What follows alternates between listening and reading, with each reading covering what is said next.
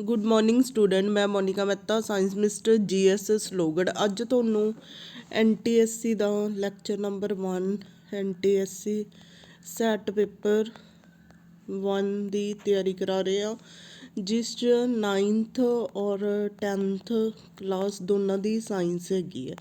ਤਾਂ ਸਾਇੰਸ ਦਾ 9th class ਦਾ first chapter ਹੈਗਾ motion, force and ਲਾਜ਼। ਪਹਿਲਾਂ ਅਸੀਂ ਥੋੜ੍ਹਾ ਥਿਊਰੀ ਪਾਰਟ ਦੇਖਾਂਗੇ, ਦੈਨ ਓਬਜੈਕਟਿਵ ਹੈ, ਉਸ 'ਚੋਂ ਕੁਝ ਕੁ ਓਬਜੈਕਟਿਵ ਕੁਐਸਚਨ ਤੁਹਾਨੂੰ ਸੋਲਵ ਕਰਾਏ ਜਾਣਗੇ। ਬਾਕੀ ਤੁਹਾਨੂੰ PDF ਫਾਈਲ ਬਣਾ ਕੇ ਭੇਜ ਦਿੱਤੀ ਜਾਏਗੀ, ਤਾਂ ਉਹ ਤੁਸੀਂ ਖੁਦ ਸੋਲਵ ਕਰਕੇ ਸੈਲਫ ਇਵੈਲੂਏਸ਼ਨ ਕਰਨੀ ਹੈਗੀ ਹੈ। ਤਾਂ ਇਹ ਲੈਸਨ ਹੈਗਾ lesson number 1 motion, force and laws of the motion. ਕੀ ਹੁੰਦਾ ਮੋਸ਼ਨ? ਵੈਨ ਕੋਈ ਓਬਜੈਕਟ ਹੈ ਰੈਸਟ ਤੋਂ ਉਹਦੀ ਮੋਸ਼ਨ ਜਾਂਦੀ ਹੈ, ਜਾਂ ਮੋਸ਼ਨ ਤੋਂ ਰੈਸਟ 'ਚ, that is the motion until unless we apply the force. ਜਦੋਂ ਤੱਕ ਅਸੀਂ ਉਹਦੇ ਉੱਤੇ ਕੋਈ ਫੋਰਸ ਨਾ ਅਪਲਾਈ ਕਰੀਏ ਤਾਂ ਉਹਦੀ ਪੋਜੀਸ਼ਨ ਰੈਸਟ ਤੋਂ ਚੇਂਜ ਹੁੰਦੀ ਹੈ। ਠੀਕ ਹੈ, ਇੱਦਾਂ ਕਰਕੇ ਤਾਂ ਫੋਰਸ ਜੋ ਮੰਨ ਲਓ A ਤੋਂ B ਜਾਂਦੀ ਹੈ, ਤਾਂ ਉਹਨੇ ਕਿੰਨੀ ਡਿਸਟੈਂਸ ਟਰੈਵਲ ਕੀਤੀ? AB, that is in A particular direction. ਉਹਨੂੰ ਅਸੀਂ ਕੀ ਕਹਾਂਗੇ? ਡਿਸਪਲੇਸਮੈਂਟ ਕਹਾਂਗੇ। ਠੀਕ ਹੈ, ਉਸ ਸਬਜੈਕਟ ਦਾ ਕੀ ਕਹਾਂਗੇ? Displacement. Smallest unit SI unit ਕਿਆ ਹੋਏਗੀ? ਮੀਟਰ ਹੋਏਗੀ। ਦਿਸ is the vector quantity. Vector means ਇੱਕ ਪਰਟੀਕੂਲਰ ਡਾਇਰੈਕਸ਼ਨ 'ਚ ਮੇਜ਼ਰਮੈਂਟਸ ਲਈ ਗਈ ਹੈ ਡਿਸਟੈਂਸ ਦੀ, ਤਾਂ ਇਹ ਕੀ ਹੋਏਗੀ?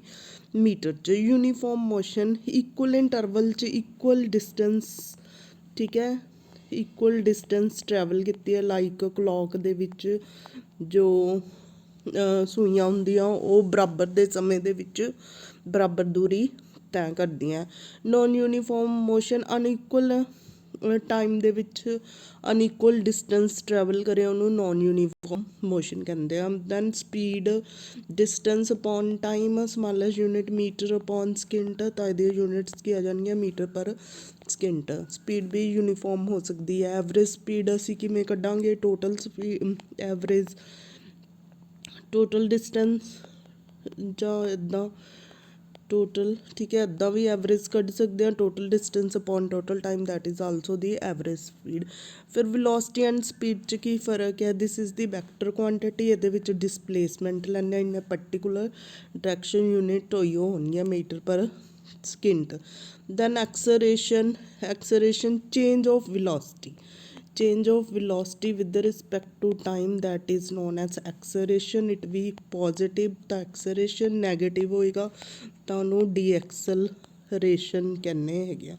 ਔਰ ਇਹਦੀਆਂ ਯੂਨਿਟਸ ਕੀ ਹੋਣਗੀਆਂ? ਵੈਲੋਸਿਟੀ ਦੀਆਂ metre per second upon second, ਤਾਂ ਇਹਦੀਆਂ ਮੀਟਰ ਐਕਸਲਰੇਸ਼ਨ ਦੀਆਂ ਮੀਟਰ ਪਰ ਸਕਿੰਟ ਸਕੇਅਰ। ਠੀਕ ਹੈ, metre per second inverse square. ਤਾਂ ਇੱਦਾਂ ਕਰਕੇ otherwise retardation, deceleration, negative acceleration. ਠੀਕ ਹੈ, ਜਦੋਂ ਕੀ ਹੈ ਘਟੇ speed with respect to time, ਤਾਂ ਇਹ ਸਲੋਪ ਕਾਹਦੀ ਹੋਏਗੀ? ਡੀਐਕਸਲਰੇਸ਼ਨ ਦੀ। ਦੈਨ ਇਹ ਇਕੁਏਸ਼ਨਸ ਹੈਗੀਆਂ, we already derive from each other. ਠੀਕ ਹੈ, ਫਾਰਮੂਲੇ ਤੋਂ ਡਰਾਈਵ ਕਰਕੇ V - UT, ਇੱਦਾਂ ਇਹਨਾਂ ਦੀ ਕ੍ਰੋਸ ਮਲਟੀਪਲਾਈ ਕਰੋ ਤਾਂ V = U + AT ਆ ਜਾਂਦਾ। ਫਿਰ ਹੋਰ ਵੈਲਿਊਜ਼ ਭਰ ਕੇ ਇੱਦਾਂ। ਐਵਰੇਜ ਇਨੀਸ਼ੀਅਲ ਸਪੀਡ ਅਤੇ ਫਾਈਨਲ ਸਪੀਡ ਦਾ ਸਮ। ਉਸ ਤੋਂ ਬਾਅਦ ਯੂਨੀਫਾਰਮ ਦਾ ਗ੍ਰਾਫ ਕੀ ਆਏਗਾ? ਸਟੇਟ ਲਾਈਨ ਆਏਗਾ। From this we can calculate the velocity. Slope ਤੋਂ ਅਸੀਂ ਕਾਹਦੀ ਵੈਲਿਊ ਕੱਢਦੇ ਹਾਂ? ਵੈਲੋਸਿਟੀ ਦੀ ਕੱਢ ਸਕਦੇ ਹਾਂ ਸਲੋਪ। ਔਰ ਦਿਸ is the graph for the non uniform. ਇੱਧਰ ਡਿਸਟੈਂਸ ਦਿੱਤੀ, ਇੱਧਰ ਟਾਈਮ, ਅਤੇ ਆ ਨੋਨ ਯੂਨੀਫਾਰਮ ਕੀ ਆ ਜਾਏਗਾ? ਵੈਲੋਸਿਟੀ S/T, ਜੋ ਇਹਦੀ ਸਲੋਪ ਹੈ ਉਹ V ਦੀ ਵੈਲਿਊ ਦੇਗੀ। ਗ੍ਰਾਫ ਹੈਗਾ ਸਟੇਟ ਲਾਈਨ, ਰੈਸਟ 'ਤੇ ਜਦੋਂ ਵੈਲੋਸਿਟੀ ਚੇਂਜਸ ਵਿਦ ਟਾਈਮ, ਤਾਂ acceleration means that is stable. ਠੀਕ ਹੈ, acceleration will be stable. Rest 'ਤੇ ਹੈਗੀ ਆ। ਉਸ ਤੋਂ ਬਾਅਦ ਨਿਊਟਨ ਲਾ ਆਫ ਮੋਸ਼ਨਸ ਆ ਜਾਂਦੇ। ਇੱਕ ਗ੍ਰਾਫ ਰਹਿ ਗਿਆ ਵੈਲੋਸਿਟੀ ਐਂਡ ਟਾਈਮ ਦਾ, ਇਹ ਯੂਨੀਫਾਰਮ ਐਕਸਲਰੇਸ਼ਨ ਦਾ ਗ੍ਰਾਫ ਹੈਗਾ। ਠੀਕ ਹੈ, ਸਲੋਪ ਦੀ ਵੈਲਿਊ ਜਿਹੜੀ ਹੈਗੀ ਹੈ A ਦੀ ਵੈਲਿਊ ਦੇਗੀ। ਤਾਂ ਇੱਦਾਂ ਇਹ ਸੀਗੇ ਗ੍ਰਾਫ। ਉਸ ਤੋਂ ਬਾਅਦ ਹੈਗਾ ਨਿਊਟਨ ਲਾ ऑफ मोशन। कोई भी वस्तु है ਜਾਂ ਕੋਈ ਚੀਜ਼ ਹੈ ਰੈਸਟ 'ਤੇ ਹੋਏਗੀ, ਜਦੋਂ ਉਨੀ ਦੇਰ ਤੱਕ ਰੈਸਟ 'ਤੇ ਹੋਏਗੀ ਜਿੰਨੀ ਦੇਰ ਤੱਕ ਅਸੀਂ ਕੋਈ ਫੋਰਸ ਅਪਲਾਈ ਨਹੀਂ ਕਰਦੇ। ਐਫੀਕਲ ਟੂ MA, ਠੀਕ ਹੈ। ਅਨਟਿਲ ਅਨਲੈਸ ਕੋਈ ਅਸੀਂ ਉਹਦੇ ਉੱਤੇ ਫੋਰਸ ਨਹੀਂ ਲਗਾਉਂਦੇ।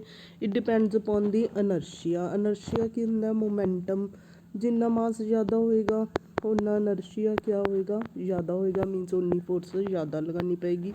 ਮੀਨਸ ਇੱਕ ਟ੍ਰੇਨ ਹੈ, ਉਹਨੂੰ ਹਿਲਾਉਣ ਲਈ ਸਾਨੂੰ ਜ਼ਿਆਦਾ ਫੋਰਸ ਲਗਾਉਣੀ ਪਏਗੀ। Second law of that is rate of change of momentum is non as force F ਆ ਜਾਏਗਾ, ਠੀਕ ਹੈ। ਅਤੇ ਇਹਦੇ ਵਿੱਚੋਂ ਅਗਰ ਅਸੀਂ F equal to MV minus U upon T F ਇਹਨੂੰ ਕਾਮਨ ਕੱਢ ਲਈਏ, ਇਹਦੀ ਜਗ੍ਹਾ ਕੀ ਲਿਖ ਦਈਏ, ਇਸ ਦੀ ਜਗ੍ਹਾ ਕੀ ਲਿਖ ਦਈਏ, A ਲਿਖ ਦਈਏ, ਤਾਂ ਇਹ ਫੋਰਸ ਬਣ ਜਾਏਗੀ।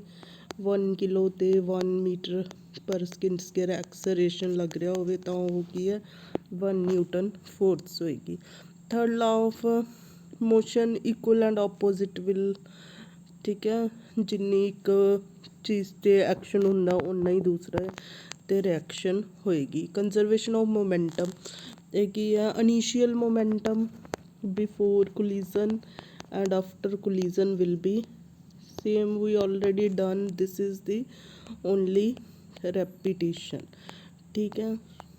ਤਾਂ ਇਹਨੂੰ ਜ਼ਿਆਦਾ ਡਿਟੇਲ 'ਚ ਅਸੀਂ ਨਹੀਂ ਕਰ ਰਹੇ। After collision and before collision ਕੀ total momentum will be the sum of the momentum will be same. Now come to the objective questions, ਠੀਕ ਹੈ। ਹੌਲੀ ਹੌਲੀ ਕਰਨੇ ਹੈਗੇ ਆ ਆਰਾਮਦਾਰੀ ਨਾਲ। ਤਾਂ if a body is moving at a constant speed in circular path, its ਜਦੋਂ ਇੱਕ ਕੌਂਸਟੈਂਟ ਸਪੀਡ ਨਾਲ ਵੈਲੋਸਿਟੀ ਕੀ ਹੈ? ਕੌਂਸਟੈਂਟ ਹੈਗੀ ਹੈ, ਤਾਂ ਉਹਦਾ ਕਿਆ ਚੀਜ਼ ਮਤਲਬ ਕਿਹੜੀ ਠੀਕ ਹੈਗੀ ਹੈ? ਤਾਂ ਵੈਲੋਸਿਟੀ ਇਜ਼ ਕੌਂਸਟੈਂਟ, ਐਕਸਲਰੇਸ਼ਨ 0 ਹੋਏਗਾ? ਨਹੀਂ, ਐਕਸਲਰੇਸ਼ਨ ਉਹਦਾ ਲਗਾਤਾਰ ਵੱਧ ਰਿਹਾ ਹੁੰਦਾ, ਤਾਂ ਇਹ ਆਏਗਾ velocity is constant. Velocity and acceleration are both changing direction only. Both are increasing आएगा आई थिंक। फर्स्ट का 1 मिनट आंसर देख लिए। ये सारे आंसर पहला डिस्कस करन दी लोड़ हुंदी है, then we can do the let's see the answers. Exercise number 1 का पहला क्वेश्चन हेयर पहले दा सैकेंड आंसर मीनस ਇਹਦਾ ਆਂਸਰ ਹੈਗਾ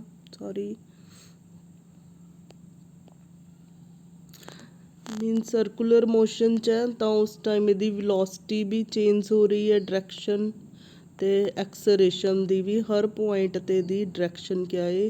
ਚੇਂਜ ਹੋ ਰਹੀ ਹੈ। ਅਗਲਾ ਕੁਐਸਚਨ ਹੈਗਾ ਇਹ graph is plotted between the velocity and time is straight line. Straight line ਦਾ ਮੀਨਸ ਇਹਦਾ ਜਿਹੜਾ ਹੈਗਾ car is started at rest, ਹੈ ਨਾ। ਇਹੋ 1 ਨੰਬਰ ਆਂਸਰ ਹੀ ਆਉਣਾ ਚਾਹੀਦਾ I think. Again we will see the answer for the telling. ਮੈਂ ਕੱਲ੍ਹ ਨੂੰ ਲਿਖ ਕੇ ਰੱਖਾਂਗੀ ਆਂਸਰਸ, ਠੀਕ ਹੈ ਇਹਨਾਂ ਦੇ। ਫਿਰ ਇਸ ਦੀ ਆਂਸਰ ਸੈਕਿੰਡ ਦਾ ਸੈਕਿੰਡ, ਥਰਡ ਦਾ ਵੀ second. Sorry this is not the good method. ਤਾਂ ਐਕਸਲਰੇਸ਼ਨ ਇਜ਼ ਕੌਂਸਟੈਂਟ ਜਦੋਂ ਕਿਆ ਹੈ VNT, ਤਾਂ A ਦੀ ਵੈਲਿਊ ਕੀ ਆਏ? ਕੌਂਸਟੈਂਟ, ਸੈਕਿੰਡ ਆਂਸਰ। ਉਸ ਤੋਂ ਬਾਅਦ if A car travelling north of the state road and it's brakes applied. ਇੱਕ ਕਾਰ ਹੈ ਨੌਰਥ ਕੰਨੀ ਜਾ ਰਹੀ ਹੈ, ਸਿੱਧਾ ਬ੍ਰੇਕ ਅਪਲਾਈ ਕਰਦੇ ਆ। Have no acceleration toward south, acceleration to the, ਤਾਂ ਇਹਦਾ ਐਕਸਲਰੇਸ਼ਨ ਹੋਏਗਾ ਨੌਰਥ ਕੰਨੀ, third will be the answer. Acceleration either east or west. Brake apply ਕੀਤੇ ਤਾਂ ਉਸੇ ਡਾਇਰੈਕਸ਼ਨ 'ਚ ਇਹਨੇ ਵਧਣਾ ਹੈਗਾ, ਠੀਕ ਹੈ। ਵੇ first I will see the answer, then I will repeat all the objectives again in next video. Thank you for watching.